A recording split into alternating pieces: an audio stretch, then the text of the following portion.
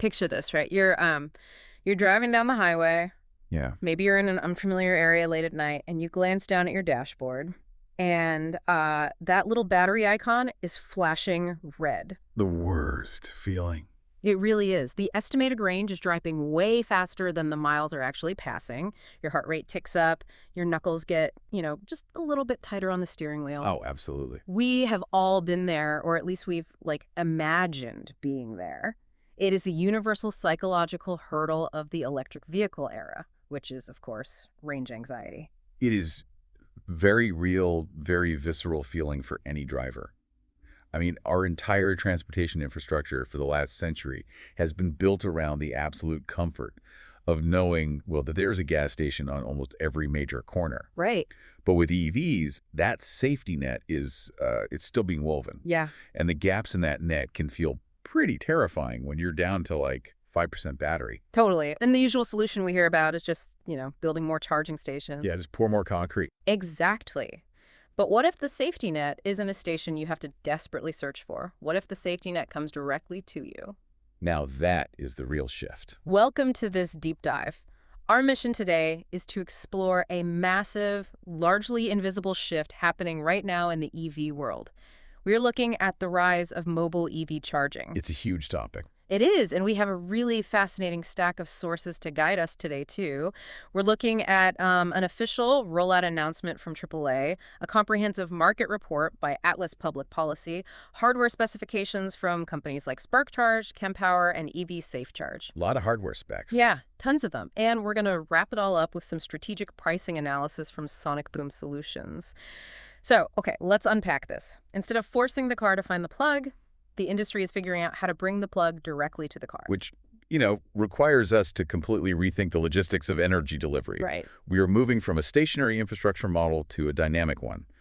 And the hardware that makes that possible is advancing at a staggering pace.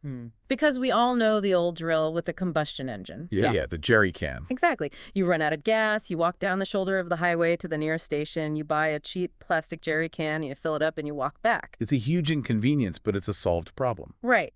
But you cannot, however, carry a few gallons of electricity in a plastic bucket. You definitely cannot. The mechanics of moving power just don't work that way.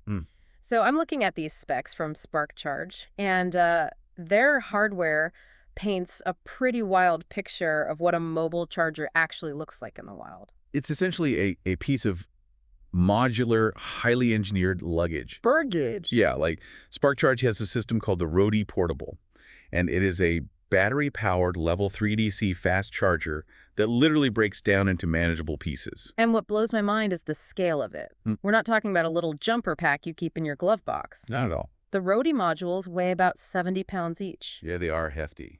A business, or like a fleet operator, can actually stack up to 4 of these heavy-duty battery modules together into a single column. Which is brilliant for modularity. Right, and when it's fully stacked, that tower can deliver up to 60 miles of range to a stranded vehicle.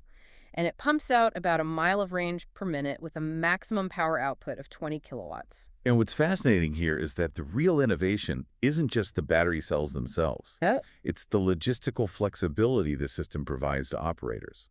Like, let's contrast this with traditional fixed EV charging stations. Okay. Getting one of those massive superchargers in the ground is an absolute logistical nightmare. I can imagine. You have to secure local zoning permits, dig massive trenches through concrete for the heavy-duty cables, upgrade local grid transformers. The red tape. Exactly. And then you just wait for utility interconnection. Companies like EVgo have noted that bringing a new DC fast charging site online takes an average of 18 months. Wait, 18 months just to get a functional plug in a grocery store parking lot? Yep, a year and a half. You can see why a plug-and-play mobile system that you just, roll off the back of a truck totally changes the game. It's a massive shortcut. It is. It's basically a giant heavy-duty power bank for your car, just like the one you carry for your phone at a music festival, except this one is delivering up to 500 volts. That's a great way to put it. Which really explains why AAA is getting so heavily involved. Oh yeah, their announcement is a big deal. According to the source, they aren't just testing the waters anymore. They are actively rolling out specialized trucks equipped with mobile EV chargers to 16 major metro areas. That's a massive deployment. We're talking places like Orlando, Denver, San Francisco, and Philadelphia. And they didn't just wake up and decide to do this yesterday. No, they've been at this for a while. They really have. They've been testing early prototype technologies for mobile roadside charging for over a decade. They ran a huge pilot from 2010 to 2020, retired those first prototype vehicles, and took all those hard learnings to build this modern, scalable program. They are literally acting as the electricity jerry can for you. Exactly. And if you look at companies like EV Safe Charge and Kempower, you see this concept extending far beyond just emergency roadside assistance. Right, it's not just for when you're stranded. No, they are building entire business models around temporary charging for events. Oh, like festivals? Exactly. Imagine you are at a massive multi-day music festival out in a remote field, or maybe an automaker is doing a major vehicle launch event at a temporary pop-up venue. Right, you can't exactly ask 1,000 attendees to coordinate sharing one standard wall outlet behind the catering tent. You'd have a riot on your hands. Seriously. So event organizers deploy these massive mobile charging banks. Now, Kempower points out some of the logistical realities here. Which are? Well, you can't just drop these in a completely dead zone and expect miracles indefinitely. You still need power from somewhere. Exactly. Organizers still need to plan for some baseline infrastructure to keep the mobile units topped up. They need 63 amp or 32 amp power sockets available on site. Okay, that makes sense. And they have to ensure they utilize the standard CCS charging port, which is the industry standard for fast charging. Got it. But by bringing the big batteries on site, it fundamentally solves the problem of sudden, temporary, high-volume charging demand that would otherwise just melt a local electrical grid.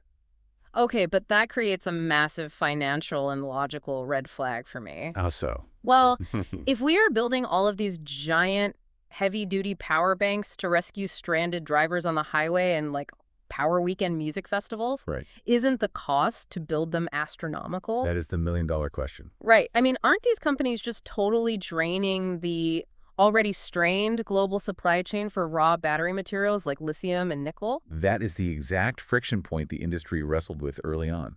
Mobile chargers are physically cheaper to install because you bypass that 18-month trenching process we talked about. Yeah. But outfitting them with brand new state-of-the-art battery cells would make the upfront cost impossibly high for most businesses. Which is where this industry gets incredibly clever with the circular economy. I'm reading through the Atlas Public Policy Report, and they highlight the secret ingredient making this whole mobile charging economy viable. Second life batteries. Exactly. SLBs. It is a brilliant pivot. Tell me more about how they work. So when a standard EV battery degrades to about 70 to 80% of its original capacity, it is generally retired from the vehicle. Because it just can't push the car far enough anymore? Right. From a driver's perspective, it simply doesn't have the energy density required to provide the 300-plus miles of range you expect on a full charge. Yeah, nobody wants a car that suddenly only goes 200 miles. Exactly. The weight-to-range ratio becomes a real problem. But a battery with 75% capacity is absolutely perfect for a second life use in a mobile charging system. Because it's just sitting there. Yes, where physical weight and space constraints are slightly less critical than they are when they're packed into the floorboard of a moving sports car. The economics outlined in the Atlas report are just staggering. Like, a brand new battery costs an operator somewhere between $150 and $250 per kilowatt hour. Which adds up fast. Insanely fast. Right. But if they source a second life battery, that drops their core component cost down to just $40 to $160 per kilowatt hour. It completely changes the return on investment. It totally does. And from a supply chain standpoint, keeping these massive chemical blocks out of landfills while lowering the immediate demand for new mining is, it's a massive logistical win. It is, but getting those batteries from the scrapyard to a mobile charging trailer is not a simple process, though. Oh, why not? There are massive headaches involved. For one, you can't just wire some old cells together and throw them in a box. Right, that sounds like a fire hazard. Regulators require rigorous safety certifications through organizations like Underwriters Laboratories. Okay. And the testing is brutal. They have to pass complex certifications like UL 1974, 1973, and 1642. Wow, that's a lot of red tape. It is. They force these companies to prove that if you leave a repurposed, degraded battery baking inside a metal box under the Texas sun, or if it gets bumped around by a forklift, it isn't going to trigger a catastrophic thermal runaway. Yeah, nobody wants a battery explosion. Exactly. And getting through that kind of stress testing takes, like, 8 to 12 weeks. Not to mention just physically moving them. The report notes that lithium-ion batteries are classified as Class 9 hazardous materials. Yeah, the shipping logistics are a nightmare. You have to use specialized fire-suppressed shipping containers just to get them from the recycling center to the assembly plant. It's expensive. Very. Plus, a retired battery from a Nissan Leaf looks, acts, and cools entirely differently than one ripped out of, say, a Ford Mustang Mach-E. Right, there is no uniform design. So engineers are essentially doing custom integration work for almost every single batch of batteries they secure. Which is labor intensive. But wait, I'm getting hung up on the safety aspect here. Okay, what's the concern? If my EV's onboard computer is basically saying, hey, this battery is too degraded and unstable to trust on the highway anymore, why on earth should I trust that exact same battery sitting in a giant metal shipping container right next to my vehicle? That's a fair point. I mean, isn't that just a localized fire hazard waiting to happen in my driveway? That is the most common and valid skepticism drivers have. The reassurance comes down to the software, not just the hardware. Software? How does that fix a degraded battery? Well, the true technology making this possible is the Advanced Battery Management System, or BMS. Okay. The BMS acts as the highly intelligent brain of the mobile charger.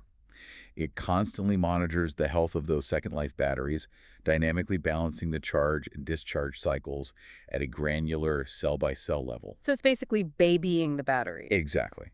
It optimizes the performance to ensure that even though the battery is older and degraded, it only ever operates well within its newly defined, extremely conservative safe limits. I The see. software physically prevents the battery from pushing itself into the danger zone. Okay, so we've got highly affordable, recycled batteries managed by hypersmart software stuffed into heavy-duty portable units. The mechanics totally make sense. They do. But what really surprised me in these sources is where these things are actually going. They aren't just hovering around urban roadsides waiting for someone to run out of juice. Not at all. They're being deployed into some incredibly extreme environments. The off-grid capabilities of these systems are changing how we view remote infrastructure. Like, the Atlas report highlights a fascinating deployment by the U.S. Forest Service. Out in the woods. Yeah. They needed to provide EV charging at the Wolf Creek Job Corps Civilian Conservation Center, which is located deep inside Oregon's Umpqua National Forest. Imagine taking your EV camping out there. Usually you're doing math the whole way up the mountain, terrified of losing range, because the idea of stringing new electrical distribution lines through miles of dense, protected national forest is just a non-starter. It's impossible. You'd have to do environmental impact studies, clear trees, fly in transformers on helicopters. It would have cost hundreds of thousands of dollars and taken years. Easily. Right. So instead, they completely bypassed the grid. They deployed a standalone, solar-powered mobile charging unit. Oh, wow. It generates its own power from the sun, stores it safely in its internal batteries, and charges the vehicles. It is completely independent of the traditional electrical grid. Here's where it gets really interesting. Think about natural disasters. Oh, that's a perfect use case. Imagine you are trying to evacuate your family ahead of a massive hurricane.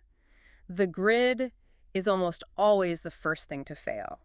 If you're in an EV, your biggest fear is being stuck dead on the highway in gridlock with no charge. And historically, we know that during mass evacuations, physical gas stations run out of fuel almost immediately. Right. The supply chain for gasoline breaks down because the tanker trucks literally cannot get through the traffic to refill the underground tanks. But with mobile chargers, state governments can deploy solar-powered or high-capacity battery trailers directly along those evacuation routes before the storm even hits. That is so smart. They can drop them at rest stops or even right on the shoulder of the highway to prevent bottlenecks. It keeps emergency vehicles like electrified police trucks moving. And because these charging trailers are entirely self-contained, it allows whatever remains of the main electrical grid to prioritize critical infrastructure. Like keeping the lights on at hospitals. Exactly, instead of trying to power highway rest stops.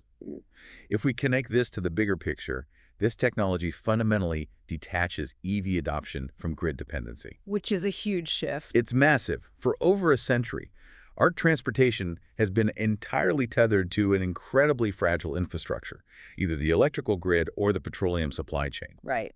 A mobile off-grid charging network proves that transportation can survive and even function efficiently when our traditional infrastructure totally collapses. Which explains why the military is jumping all over this. Oh, the defense applications are wild. The U.S. Army is currently testing electric light reconnaissance vehicles.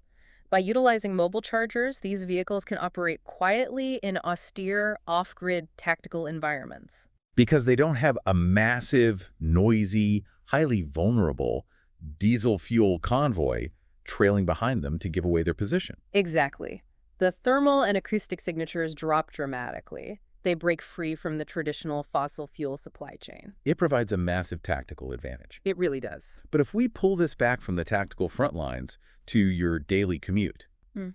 we know that technology works, we know it can survive a disaster zone, and we know it ingeniously repurposes old batteries. Right. But that brings us to the operational reality.